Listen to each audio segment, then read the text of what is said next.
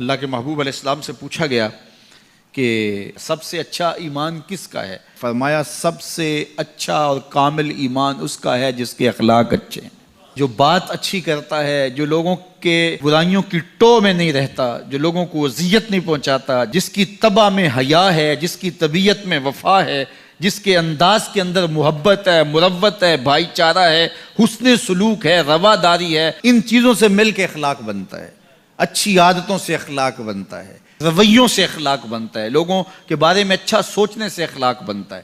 تو اچھے خلق رکھنے والا شخص اچھے ایمان کا حامل ہے۔ بہتر ایمان اس کا ہے جس کے خلق اچھے ہیں، جس کا کردار اچھا ہے، اور جس کا کردار اچھا نہیں ہے تو سنیے اللہ کے محبوب نے ارشاد فرمایا، فحش مزاجی اور فحش گوئی، بیہودہ بولنا اور بیہودہ طرز زندگی اختیار کرنا، فرمایا یہ دونوں چیزیں اسلام سے نہیں ہیں، ان کا اسلام سے کوئی تعلق نہیں ہے۔ اسلام تو لطیف دین ہے، اسلام تو خوبصورت دین ہے، اسلام تو دین محبت ہے۔ فرمایا تم میں سے سب سے اچھا اسلام اس کا ہے جس کے خلق اچھے ہیں۔ اور اللہ کے محبوب نے فرمایا بوئستو لأتمم مکارم الاخلاق، میں اس لیے بھیجا گیا ہوں کہ میں اخلاقیات کی قدروں کو بلند کر دوں، اخلاقیات کی قدروں کو اونچا کرنے کے لیے، ان کی تکمیل کے لیے میں بھیجا گیا ہوں۔ اور اللہ کے محبوب کے اخلاق ایسے ہیں کہ خود میرا رب کہتا ہے انک لعلی خلق عظیم، محبوب تیرے خلق عظیم ہیں۔ تو جس کے خلق کو میرے رب نے بھی عظیم کہا، وہ خلق کتنے عظیم ہوں گے۔ اللہ اکبر۔ حضرت سیدنا انس بن مالک رضی اللہ تعالیٰ عنہ فرماتے ہیں 10 سال میں نے حضور کی خدمت کی ہے، اور 10 سال میں ایک بار بھی ایسا نہیں ہوا کہ میرے حضور نے مجھے جھڑکا ہو۔ کیا محبت تھی، کیا پیار تھا، کیا خلق تھا۔ خلق اودے نے مولئی دنیا، خلق اودے نے مولئی دنیا، کوئی ورلائی جان بچاوے، آزم ایڈا سونا ماہی سنو کدرے نظر نہ۔ کچھ ان کے خلق نے، کچھ ان کے کردار نے کر لی، مسخر ساری دنیا شہ ابرار نے کر لی۔ تو اچھے اخلاق کا حامل جب بندہ ہوگا، اس کا ایمان کامل ہوگا اور اس کا ایمان اچھا ہوگا۔ تو نامہ اعمال میں جو عمل ڈالے جائیں گے، جو ترازو پہ میزان پر جو عمل ڈالے جائیں گے، سب سے وزنی عمل نماز نہیں ہوگا، روزہ نہیں ہوگا۔ سب سے وزنی عمل کون ہوگا؟ جو پلڑے کو جھکا دے گا، وہ حسن خلق ہے۔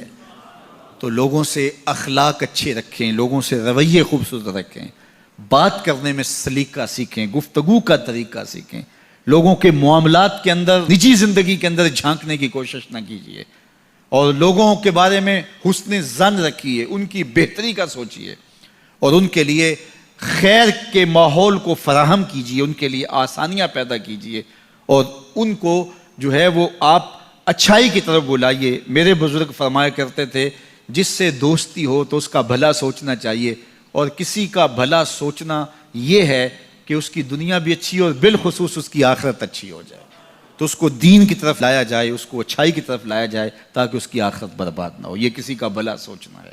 تو اچھے اخلاق کا حامل شخص ہی ایک اچھا مسلمان ہوتا ہے۔ صوم و صلاۃ سے کوئی شخص نہیں پہچانا جاتا، یہ تو اس کا ذاتی معاملہ ہے۔ کسی شخص کی پہچان اس کے اخلاق سے ہے۔